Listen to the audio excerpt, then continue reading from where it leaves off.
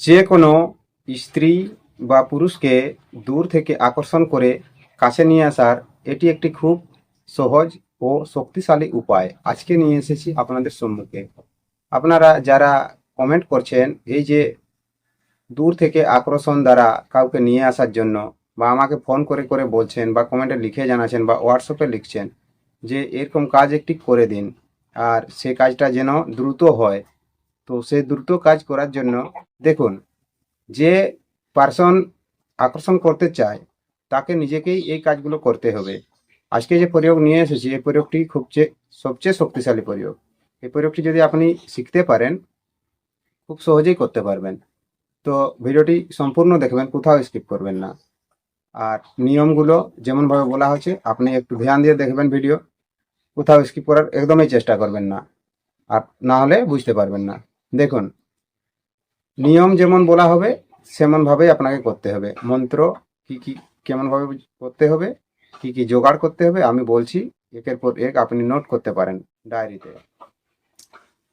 প্রথমে হলো এই দিনগুলো দেখুন, আপনি কোন কোন দিনে এগুলো করবেন। যে কোনো দিনে করলে হবে না। প্রথম হলো শুক্রবার, রবিবার, দুটা দিন, ঠিক আছে? শুক্রবার অথবা রবিবার এই দুটা দিনের মধ্যে যদি নবমী, দশমী, একাদশী, আমাবস্যা অথবা প্রতিপদ পড়ে তাহলে এই কাজটি করবেন সেই দিনে। আর আপনারা বলেন যে কোনো একটি যন্ত্র বা মন্ত্র দিয়ে দিন, যেমন দ্রুত কাজ হয়, তেমন হবে না।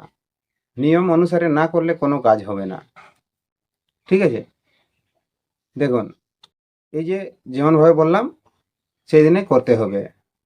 দেবতা, এর দেবতা হচ্ছে শনিত বর্ণ। শনিত বর্ণ আপনি চিন্তা মনে মনে করবেন, শনিত বর্ণ চিন্তা করবেন। আর পূজা পাঠ, মন্ত্র পূজা পাঠ করবেন। ষোড়শ প্রচারে ষোড়শ দেবীর পূজা করবেন। ষোড়শ দেবীর পূজা সম্বন্ধে ভিডিও দেওয়া রয়েছে চ্যানেলে, গিয়ে আপনারা বশীকরণের সমস্ত নিয়ম দেখবেন, যেখানে দেওয়া আছে সেখানে বশীকরণ এবং আকর্ষণ ষোড়শ নিয়ম দেওয়া আছে। সেই ষোড়শ নিয়ম অনুসারেই এটি হবে পূজাটাই। সে ষোড়শ নিয়ম অনুসারে পূজা করবার পরে আপনি প্রয়োগটি শুরু করতে পারবেন। কেমন করে করবেন? তো আপনাকে প্রথমে অতি সত্বর নিয়মে বসে ধ্যানপূর্বক একাগ্রতার সাথে যাহাকে আকর্ষণ করতে হবে তাহার নাম করে এই মন্ত্রটি আপনাকে জপ করতে হবে। এই মন্ত্রটি জপ করবেন এবং পূজা করবেন। সেইখানে 108 বার 108 বার পূজা করবেন। বাণী দেবী, যেটা বলা হয়েছে যে বাণী দেবীর পূজা করতে হবে, বাণী দেবীর পূজা করবেন এবং কামদেবের পূজা করবেন।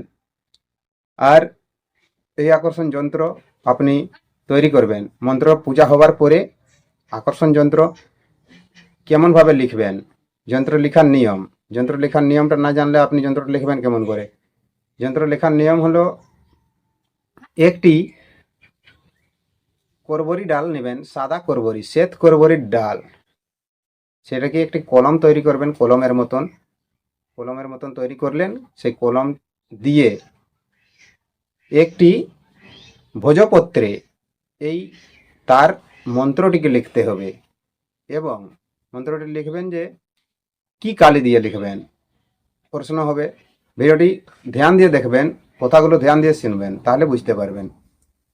কালো ধুতরা পাতার রস, কালো ধুতরা পাতা, কালো ধুতরা পাতা নিয়ে আসবেন। এই কালো ধুতরা পাতার রস পেষণ করবেন। পেষণ করার পরে আর কি করবেন?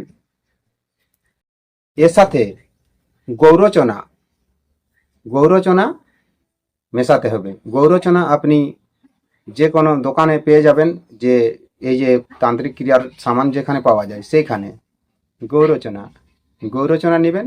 এই গৌরচনার সাথে তখন এই যে কালো ধুতরা পাতার রসটিকে মিলিয়ে নেবেন। মিলিয়ে নেওয়ার পরে সেই কলম দিয়ে সেই ভোজপত্রে এই যে মন্ত্রটি আমি বলবো এই মন্ত্রটি আপনি লিখবেন।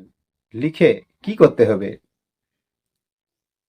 কাঠ, খয়ের কাঠ, খয়ের কাঠও সেই তান্ত্রিক দোকান সামান যেখানে পাওয়া যায় তান্ত্রিক ক্রিয়ার সামান, সেই দোকানে আপনি খয়ের কাঠ পাওয়া যাবেন। সেই খয়ের কাঠ নেবেন।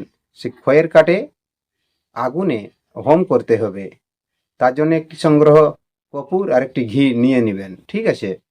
তাহলে সেটি সহজে করতে পারবেন। যেমন ষোড়শোপচারে পূজা করার পরে যেমনভাবে বলা হলো এরকমভাবে করবেন। এখন মন্ত্রটি দেখুন, মন্ত্রটি কেমনভাবে আছে, মন্ত্রটি কেমনভাবে পূজা করবেন। মন্ত্রটি ছোট মন্ত্র, খুব বড় মন্ত্র নয়। মন্ত্রটি স্ক্রিনে আসছে দেখুন। আর এইভাবে আপনি যন্ত্রের উপরে লিখবেন। এই যন্ত্রটি ভালো করে লিখবেন, মনোযোগ সহকারে দেখুন। প্রথমে ওং, ওং লিখলেন, তারপরে হুং, তারপরে হুং, আং, ইং, অমুক বা অমুকি। এই যে দু জায়গা, অমুক বা অমুকি, ঠিক আছে? এইখানে অমুক হলে পুরুষের জায়গায় অমুক জায়গায় লিখবেন, আর অমুকি মেয়ে হলে অমুকি জায়গায় তার নামটি লিখবেন। এই যন্ত্রটি ঝং, ঝিং, ঝুং, ধূম্রলোচনী, আকর্ষয়, হ্যাং হিং, ফট সাহা, এরকমভাবে লিখবেন, ঠিক আছে? যন্ত্রটি লিখে খয়ের কাঠ, যেমনভাবে হোম করা হয় সেরকমভাবে খয়ের কাঠ, খয়ের কাঠ বাজারে পেয়ে যাবেন, নিয়ে নেবেন সেখান থেকে। খয়ের কাঠকে হোম করার মতন করবেন, একটি কপুর আর ঘি রাখবেন সঙ্গে, তাহলে আপনাকে সেটা প্রজ্বলিত করতে খুব সুবিধা হবে। সেইখানে প্রজ্বলিত করে সেই ভুজপত্রে লেখা মন্ত্রটি ভালোভাবে লিখবেন, শুদ্ধ যেমন দেখতে পাওয়া যায়, বুঝতে পাওয়া যায়। দমে পাতলা গৌরচনার দমে পাতলা যদি কালো ধুতরার রস করেন তাহলে গৌরচনা দ্বারা লিখলে সে লেখাটি দেখাবে না। হালকা নেবেন এবং গৌরচনাটি মিশ্রিত করবেন, দিলে ঠিক দেখা যাবে লেখাটি। আর সেইখানে আগুন প্রজ্বলিত করে সেইখানে সেই লেখাটি, ভোজপত্রের লেখাটি তাপ দিবেন। তাপ দিবেন মানে সেখানে তাকে পুড়িয়ে দেবেন, যেমন এই যে করা হয় হোম করার পরে শেষে একটি কলা আর পান পাতা দিয়ে, সেরকম ভাবে আপনি এটি করবেন, ঠিক আছে? আশা করি আপনি বুঝতে পেরেছেন, ঠিক আছে? যদি কোথাও বুঝতে অসুবিধা হয়ে থাকে নিচে কমেন্ট অবশ্য করবেন, না হয় ফোন করে জিজ্ঞাসা করবেন। আর যদি এর থেকে আরও সহজ চাইছেন তা অবশ্যই কমেন্টে লিখে জানাবেন।